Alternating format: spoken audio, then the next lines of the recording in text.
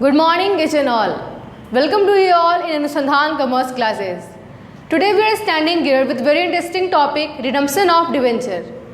Friends, there is a good news that Anusandhan Commerce classes going to hold the online classes. To join the online classes, contact us on our phone number. The number is given in description box. So move ahead. First of all, don't forget to subscribe our channel. Like this video as usual. Share this to your friends as much as possible. Press the bell icon to get all the notifications of our upcoming videos. Thank you for listening me carefully and have a glorious day. Welcome to Anusandhan Commerce classes. Students, हम यहाँ आपके लिए खड़े हैं, आपके चलते खड़े हैं और आप जो हमको प्यार दे रहे हैं इसके लिए हम आपके आभारी हैं। हम आपके उज्जवल भविष्य की कामना करते हैं। इस महामारी के समय में आप लोग एग्जामिनेशन के लेकर बहुत चिंतित हैं और हम उस चिंता को दूर करने के लिए, आपकी प्रॉब्लम को हल करने के लिए आपके सामने उपस्थित हैं और हमें पूर्ण विश्वास है कि हम फर्स्टली चैप्टर को पढ़ा रहे हैं आपके एग्जामिनेशन पर्पस से। अगर हमारी स्क्रिप्ट आपको समझ में नहीं आता है, बार बार उसको पढ़िए, बार बार रिवाइंड करके पढ़िए और हमें पूर्ण विश्वास है कि आपको फायदा होगा। अब हम ये जो चैप्टर लेकर आए हैं उसका नाम है रिडम्पशन ऑफ डिबेंचर। डिबेंचर क्या है? हमने इश्यू ऑफ डिबेंचर में बताया था। अगर कोई कंपनी किसी से लोन लेती है, लॉन्ग टर्म लोन, वो डिबेंचर है। क्या है? डिबेंचर है। उस डिबेंचर का भुगतान करना होता है एक निश्चित समय पर। एक निश्चित समय पर इस डिबेंचर होल्डर को पेमेंट करना होता है डिबेंचर। उसे ही रिडम्पशन ऑफ डिबेंचर कहा जाता है। रिडम्पशन ऑफ डिबेंचर, अगर हम इशू करते हैं डिबेंचर को तो उसकी एक एंट्री क्या करेंगे आप? बैंक टू डिबेंचर, एप्लीकेशन काट दीजिए, कट जाएगा, अलॉटमेंट नील हो जाएगा, फर्स्ट कॉल नील हो जाएगा, फाइनल कॉल नील हो जाएगा। एक एंट्री अगर कोई कहे करने के लिए तो क्या एंट्री होता है? Bank to debenture. उसी प्रकार अगर उसको पेमेंट करना है तो एक एंट्री क्या कीजिएगा? Debenture to bank. Debenture to bank. यहां पे एक एंट्री कर सकते हैं हम, या इसके जगह पे दो एंट्री भी कर सकते हैं। डिबेंचर टू बैंक के जगह हम एंट्री कर सकते हैं डिबेंचर टू डिबेंचर होल्डर और दूसरी entry debenture holder to bank. यहाँ देखिए, redemption of debenture at par, debenture to debenture holder और डिबेंचर होल्डर टू बैंक। अगर डिबेंचर दोनों नील हो जाएगा तो क्या बचेगा आपका? Debenture to bank. यही ना बचेगा? क्या बचेगा? Debenture to bank. तो हम रिडम्पशन का एक एंट्री भी कर सकते हैं डिबेंचर टू बैंक, या दो भी कर सकते हैं debenture to debenture holder to bank. Being debenture due to debenture holder, दूसरा में being payment made to debenture holder. ये हो गया एट पार। अगर डिबेंचर का प्रीमियम पर रिडम्पशन करना है तो उसकी एक entry debenture account debit, premium account debit to debenture holder, एक entry debenture account debit, premium account debit to bank, और दो entry debenture account debit, premium और redemption of debenture account debit to debenture holder और debenture holder to bank. Debenture यहाँ भी nil हो जाएगा। क्या बचेगा आपका? Debenture premium to bank. तो एक एंट्री माइंड में रखिएगा पेमेंट का, या दो एंट्री, एक भी कर सकते हो एग्जामिनेशन में या दो भी कर सकते हो, कोई दिक्कत नहीं, कोई परेशानी नहीं। ये redemption of debenture at par का डिबेंचर टू बैंक या debenture to debenture holder to bank, redemption of debenture at premium का entry, debenture premium to debenture holder और डिबेंचर होल्डर टू बैंक। अब आइए redemption of debenture at discount. Debenture का redemption discount पे नहीं किया जाता है, डिस्काउंट पे नहीं किया जाता है, लेकिन कभी कभी कोई कंपनी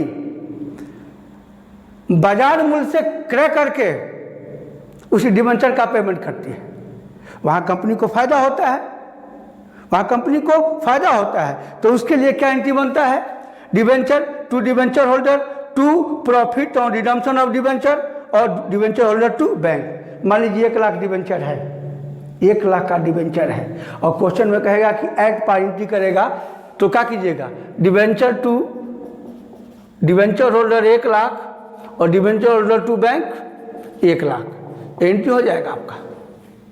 अगर कहेगा कि 1 लाख का डिबेंचर 10% प्रीमियम पे किया गया, 1 लाख का 10% प्रीमियम, कितना हो जाएगा प्रीमियम 10,000, तो यहाँ कीजिएगा डिबेंचर अकाउंट डेबिट प्रीमियम 10,000 और डिबेंचर होल्डर 1,10,000 और फिर पेमेंट कीजिएगा debenture holder to bank 1,10,000।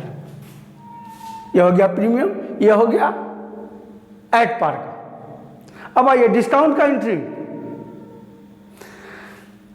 Redemption of debenture या डिस्काउंट। मान लीजिए 1 लाख का डिबेंचर बाजार मूल्य से 90,000 में क्रय कर 90,000 में क्रय किया गया, उसको पेमेंट किया गया। यहाँ लिखिए debenture 1 lakh to debenture holder 90,000 और प्रॉफिट कितना हो जाएगा कंपनी को 10,000 और डिबेंचर होल्डर टू बैंक कितना 90,000 और 90,000। यह एंट्री पेमेंट का है, एक एंट्री या 2 entry, debenture to debenture holder और डिबेंचर होल्डर टू बैंक। अब आइए, अब इसका हम अकाउंटिंग ट्रीटमेंट कैसे करते हैं, एग्जामिनेशन में कैसे बनाएंगे। रूल और रेगुलेशन है, उस रेगुलेशन को माइंड में रखिएगा। हम आपको समझाने जा रहे हैं और उसको यहाँ रखिएगा। ये जब हम ये तो पेमेंट का हो गया 2 एंट्री। जब हम अकाउंटिंग ट्रीटमेंट बनाएंगे, परीक्षा में देगा एग्जामिनेशन में, तो इसके लिए हम 6 एंट्री बनाते हैं, 1 2 3 4 5 और 6। मान लीजिए क्वेश्चन में दिया है कि 50,000 डिबेंचर का पेमेंट किया गया, रिडम्पशन किया गया एट पार पे, एट पार। तो ये तुम्हारा एंट्री जो ये है वो एंट्री नंबर 4 और 5 है। इसके ऊपर 3 एंट्री और करना है, इसके नीचे भी एक एंट्री करना है। ये जो हमने अभी एंट्री बताया वो एंट्री नंबर 4 और एंट्री नंबर 5 है। मान लीजिए 50,000 का डिबेंचर पेमेंट किया गया, तो यहाँ पे डिबेंचर टू डिबेंचर होल्डर और डिबेंचर होल्डर टू बैंक ये 50,000 कीजिएगा। कितना कीजिएगा 50,000। ये एंट्री नंबर 4 और एंट्री नंबर 5 है। अब नियम को फॉलो कीजिए आप। ये तो एंट्री नंबर 4 करना है और एंट्री नंबर 5 करना है, इसके ऊपर 3 एंट्री और करना है। कोई भी कंपनी जब रिडम्पशन डिबेंचर का करती है तो डिबेंचर का जो फेस वैल्यू है उसका 15%, क्या परसेंट, 15% डिबेंचर रिडम्पशन में इन्वेस्ट करती है हर वर्ष 30 अप्रैल को या उसके पहले समाप्त होने वाले 31 मार्च तक। कितना फेस वैल्यू का 15%। कितना डिबेंचर पेमेंट करना है 50,000 का 15% 7,500। 50,000 का यहाँ निकालिए आप, 50,000 का 15% 7,500। इन हो गया 50,000 का 15% 7,500।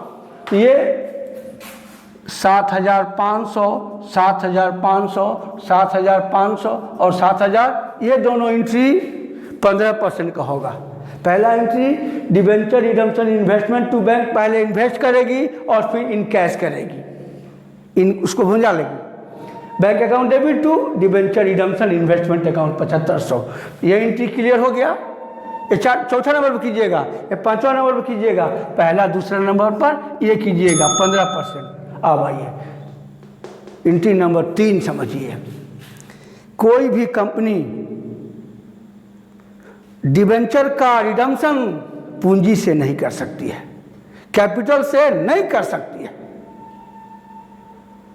तो सबसे पहले रिडम्पशन करते समय डिबेंचर के फेस वैल्यू का 25% प्रॉफिट से DRR डिबेंचर रिडम्पशन रिजर्व में ट्रांसफर करती है। तो 50,000 का 25% कितना हो गया? 25% 12,500। यह एंट्री नंबर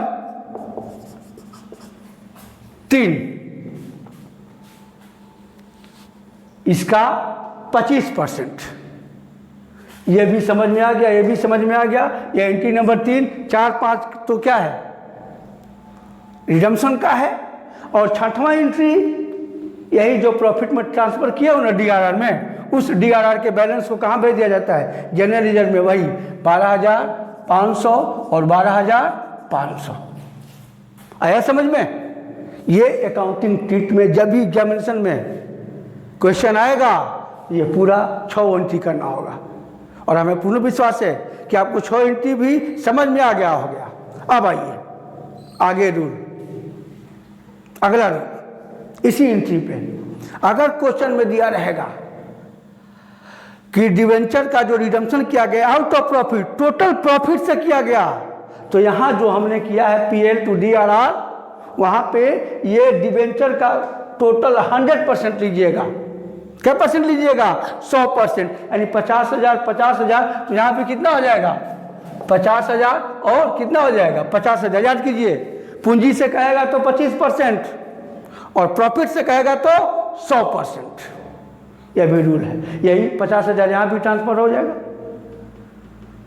अब अगला टॉपिक, अगला रूल, यदि क्वेश्चन में पहले से DRR दिया हो, DRR का बैलेंस पहले से दिया हो, मान लीजिए यहाँ पे हम 12,500 किया है और पहले से DRR का बैलेंस क्वेश्चन में 2,500 दिया हो, तो 12,500 में से 2.5 घटा दीजिए। अब कितना बचा? 10,000। यहाँ कितना ट्रांसफर करना होगा? 10,000। कितना करना होगा? 10,000। और यहाँ टोटल 12,500 करेंगे। कितना करेंगे? 12,500। यानी यहाँ पे 10,000 और यहाँ पे 12,500। ये रूल नंबर 3। और रूल नंबर 4, अगर कोई बैंकिंग कंपनी डिबेंचर का रिडम्पशन करती है तो उसको DRR इसकी आवश्यकता, यानी ये इसकी भी, इसकी और इसकी आवश्यकता नहीं है। केवल 2 एंट्री करना है जो हमने बताया। कौन कंपनी? बैंकिंग या इंफ्रास्ट्रक्चर कंपनी। कोई भी बैंकिंग कंपनी हो या इंफ्रास्ट्रक्चर कंपनी हो, उसके लिए 1, 2, 3 ये 4 एंट्री की आवश्यकता नहीं है। केवल यही 2 एंट्री किया जाएगा रिडम्पशन का, जो हमने आपको अभी बताया।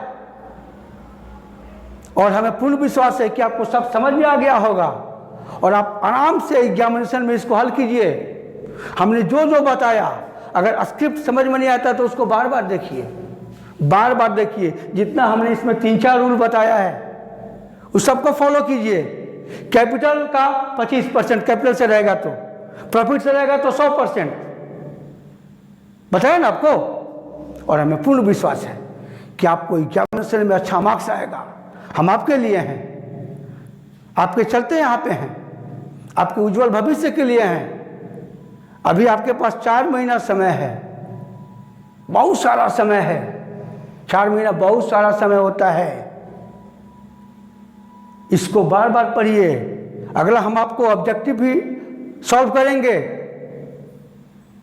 आपके लिए, और आपको अच्छा मार्क्स लाने की गारंटी मेरी है। लेकिन कब? जब इसको बार बार पढ़िए, समझिए। अब हम अगले टॉपिक पर मिलते हैं, तब तक के लिए धन्यवाद।